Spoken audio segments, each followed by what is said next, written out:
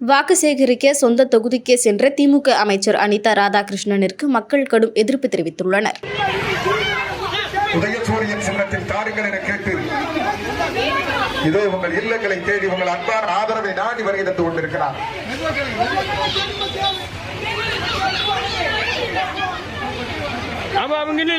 இங்க வர விடுங்கடா.